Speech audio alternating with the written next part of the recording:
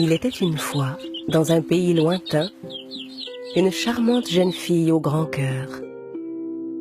Comme sa mère était morte, son père décida un jour de se remarier avec une femme cruelle, qui avait 2 filles aussi méchantes qu'elle.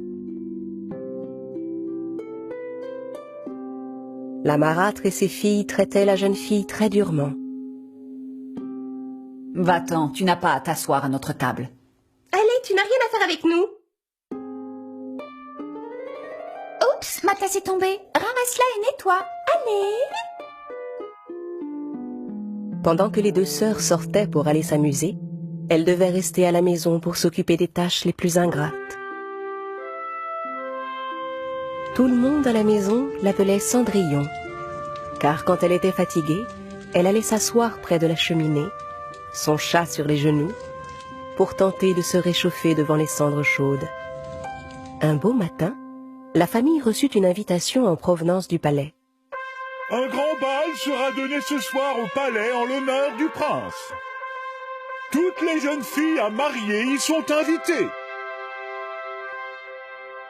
La belle-mère commença à préparer ses filles pour le bal, et Cendrillon fut obligée de les aider. « Vous devez être les plus belles jeunes filles du bal ce soir. Vous devez absolument plaire au prince. » Pourquoi je n'ai pas le droit d'y aller, moi? Toutes les jeunes filles à marier sont invitées, après tout. Vraiment? Et tu comptes te rendre au bal du palais habillée comme ça, peut-être? Le moment du bal venu, restée seule à la maison, Cendrillon ne put retenir ses larmes et commença à pleurer. Au même moment, une vive lumière éclaira soudain la cheminée, et au travers de cette lumière, une belle fée apparut. Cendrillon n'en croyait pas ses yeux, car cette fée n'était autre que sa mère. Oh, mère! Bonjour, trésor. Je suis venue t'apporter mon aide. Toi aussi, tu vas pouvoir aller au bal du palais. Vraiment? Mais comment? Mais voyons, grâce à mon aide. Va au jardin et rapporte-moi la plus grosse citrouille que tu peux. Et toi, petit chat, va vite m'attraper cette belle souris. D'un coup de baguette magique, la fée transforma la citrouille en un magnifique carrosse. Puis elle dirigea sa baguette vers les souris. La première fut instantanément changée en cocher. Les 6 autres devinrent 6 beaux chevaux blancs. Et à ton tour maintenant. J'ai l'air d'une vraie princesse. Mais mère, je ne sais pas danser, et si jamais le prince m'invitait, de quoi est-ce que j'aurais l'air?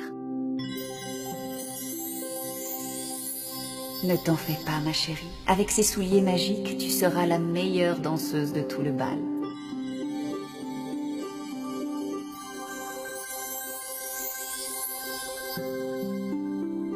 Il faut que tu danses avec le prince.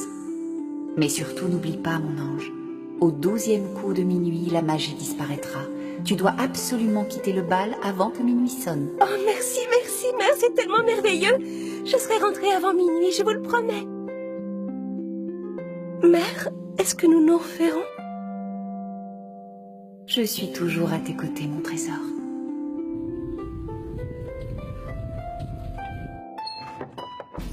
Quand Cendrillon arriva au palais, si belle et si élégante, toutes les têtes se tournèrent vers elle.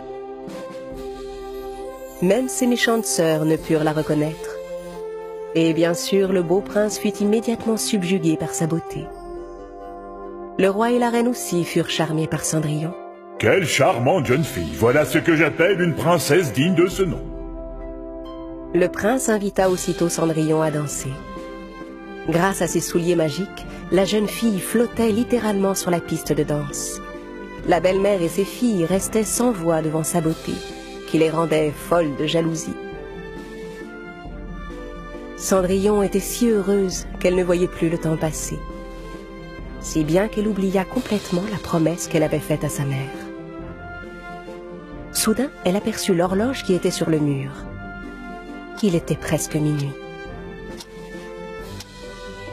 Abandonnant le prince sur place, elle s'enfuit alors en courant. Mais alors qu'elle dévalait les escaliers du palais, elle perdit une de ses chaussures magiques. Malheureusement, elle n'avait plus le temps de revenir sur ses pas pour la récupérer.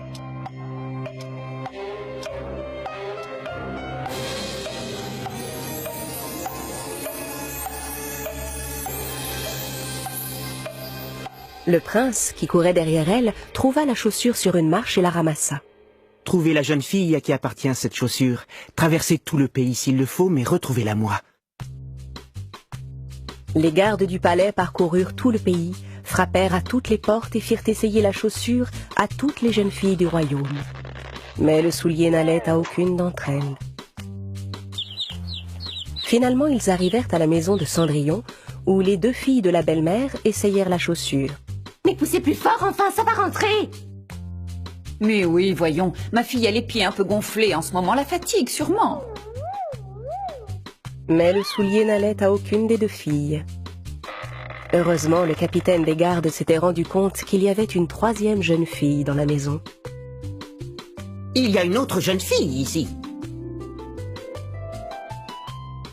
À peine Cendrillon eut-elle mis le pied dans la chaussure, les gardes furent convaincus que c'était bien la sienne, car elle lui allait parfaitement.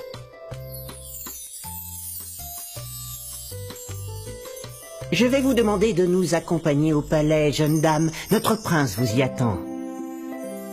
Les gardes conduisirent donc Cendrillon au palais.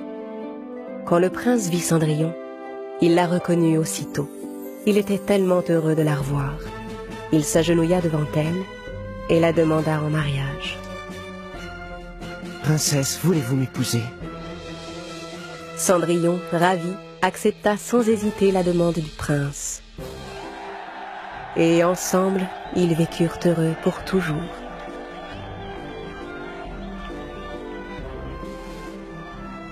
Mais comment se fait-il que ma chaussure n'ait rien perdu de sa magie? Je suis toujours à tes côtés, mon trésor. Mais bien sûr, oh mère, tu as toujours été là.